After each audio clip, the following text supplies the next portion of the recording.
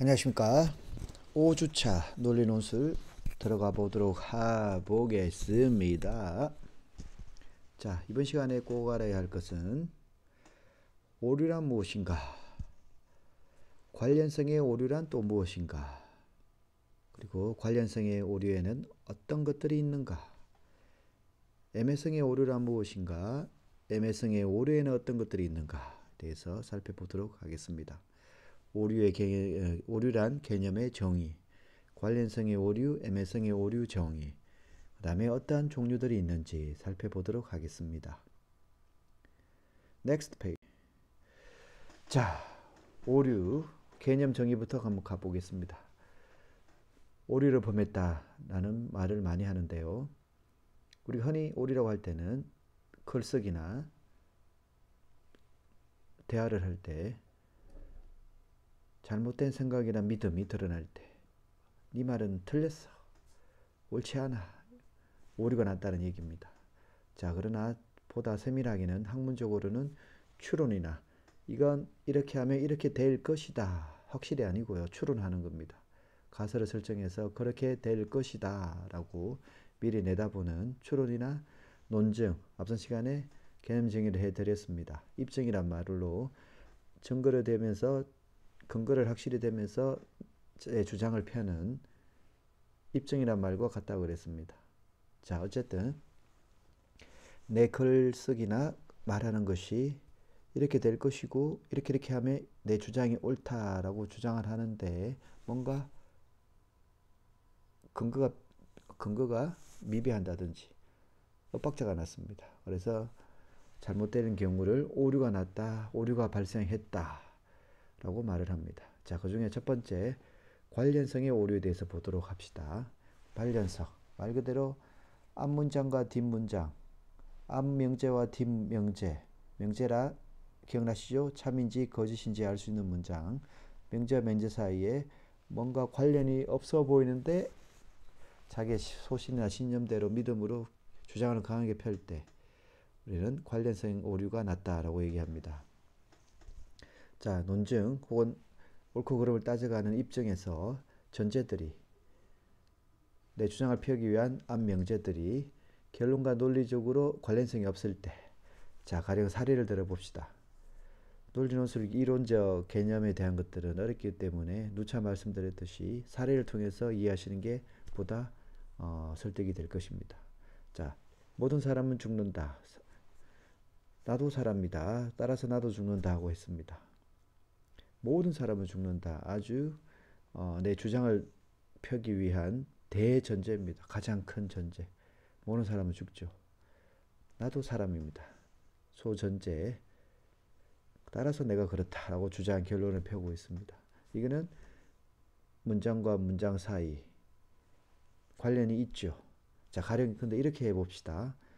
어떤 사람은 죽고 어떤 사람은 과학기술의 힘으로 통해서 로봇 기계 등을 세포 수술 등등 해서 어떤 사람은 죽고 어떤 사람은 죽지 않는다. 대전제입니다.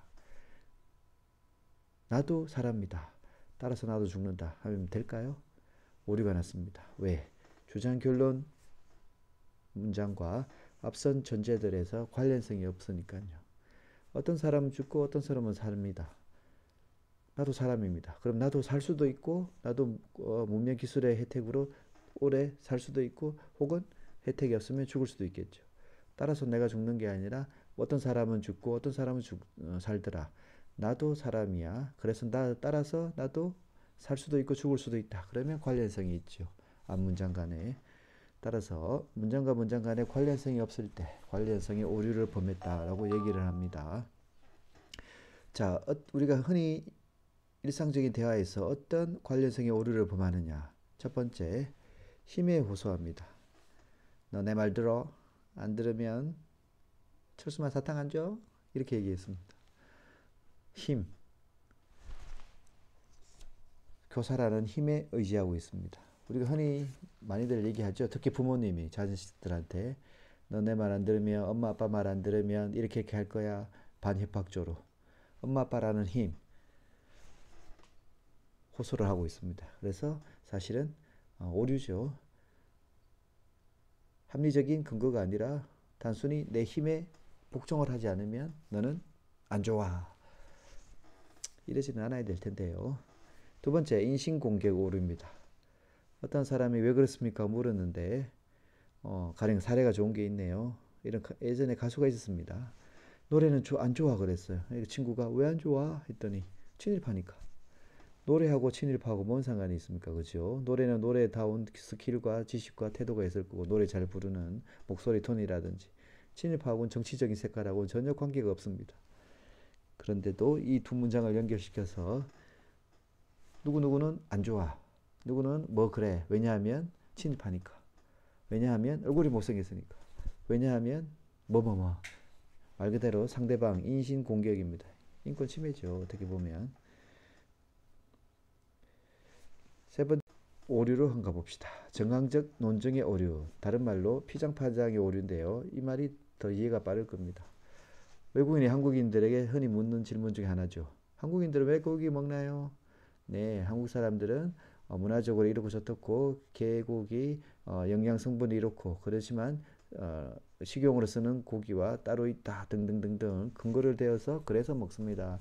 라고 이 정황에 대해서 상황에 대해서 얘기를 해야 하는데 그 얘기는 하지 않고 야 그럼 너 서양 사람 유럽 사람들은 왜 달팽이 말 오우 먹고 곰 쓸개 간 이런 거 먹어.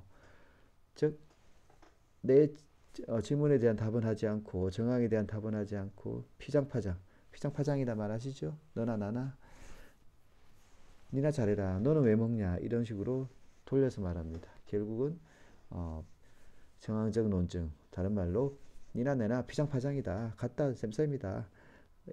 개콘에서 했던가요? 도친개찐? 네 도친개찐이다 뭐 그거죠. 자, 네 번째 무지로부터의 논증. 즉 내가 말한 주장이 참인데 참임을 밝힐 수 있는 근거로 되지 않고 거짓이 아니기 때문에 참이다 라고 얘기하는 거. 혹은 내 문장이 거짓인데 왜 거짓인지를 얘기하지 근거를 대입해서 주장하지 않고 참이 아니기 때문에 그렇다라고 알지 못하기 때문에 그렇다 실수를 범하는 겁니다. 가령 그분은 시계를 훔쳤다고 할 만한 증거가 없으므로 훔치지 않았다 이런 겁니다. 훔치지 않은 근거를 제시하는 것이 아니라 훔치다고 할 만한 반대의 증거가 없으니까 안 훔쳤다. 네. 흔히들 많이 그러죠. 예수님 믿니? 하느님 믿니? 믿어요. 하느님이 존재하니? 네, 존재합니다. 왜 존재한다고 생각하니? 그렇다면 당신은 존재하지 않는 그릇을 먼저 제시해 보시오. 이렇게 역공격을 펴는 거죠. 다섯 번째, 지금 관련성의 오류에 대해서 계속하고 있습니다. 좀 조정을 하고요.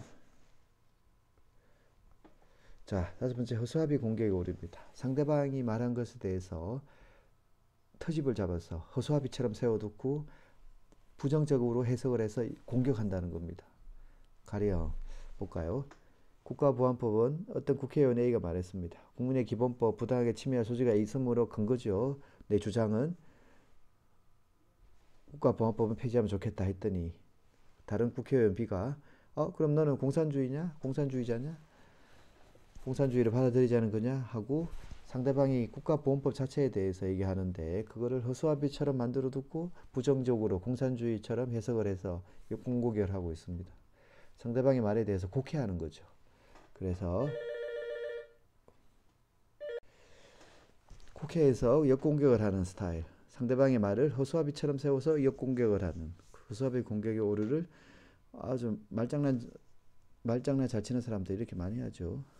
여섯 번째, 발생학적 오류입니다. 발생학. 태생적으로 뭔가 문제가 있는 걸 지적하면서 논리적으로 모순되게 말하는 겁니다. 야, 그 아버지 그 아들이네. 저 집안은 제본이 명문가 출신이니까 행실이 좋을 거야. 출신이고 그 아버지의 태생적으로 원초적으로 그러니까 그럴 것이다. 아주 조상까지 덜먹으는 거죠. 그래서 발생학적으로 태생적으로 오류를 범하는 말들도 많이 하고 있습니다. 이런 말은 참 안 해야 되는데요. 일곱 번째, 우물에 독 뿌리는 오류. 사람이 물을 마십니다. 우물을 마셨습니다. 자기는 먹었으니까 갈증이 해소됐습니다. 거기다가 독을 뿌렸습니다. 자기는 살고 남들이 어떻게 되든 즉 뭐냐 남이 먹는 것을 미리 독을 뿌려서 다 막습니다. 그래서 일명 다른 말로 원천 봉쇄한다라는 말입니다. 사례를 볼까요? 우리가 추구하는 것은 누구도 반대할 수 없습니다. 만약 반대자가 있다면 그는 반역자일 것이다. 제정신에 반대할 수 없다. 아주 초반에 원천 봉쇄하고 있습니다. 날 반대하고 싶어요. 그런데 누구 앞에서 리드하는 사람이 반대하는 사람은 제정신이 아니다. 반역자다. 아예 내 주장에 대한 근거도 못 세울 근거 제시를 못하게 원천 봉쇄를 하고 있습니다. 아예 이런 대화법도 좋지가 않죠.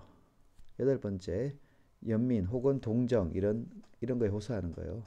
사례 보면 아실 겁니다. 교수님 F 주시면 이번에 F 주시면 졸업 못해요. 봐주세요. 더 이상 설명 안 드려도 아시겠죠. 간혹 통할 때도 있습니다. 불쌍한 척하면. 아홉 번째, 군중 많은 다중에 호소하는 겁니다. 군중 혹은 전통적으로 내려오는 것에 호소하는 거예요. 우리가 컨셉적으로 전통적으로 이렇게 해오니 지금도 해야 한다 막 하는 거 있죠. 그리고 모든 대부분의 사람들이 좋아하니 합시다 이런 것들이죠. 그래서 소수자의 의견들이 무시되는 것들 군중에 호소하는 경우들도 있습니다. 네, 지금까지 5장이었습니다. 수고하셨습니다. 오직거래야 사마 되시다.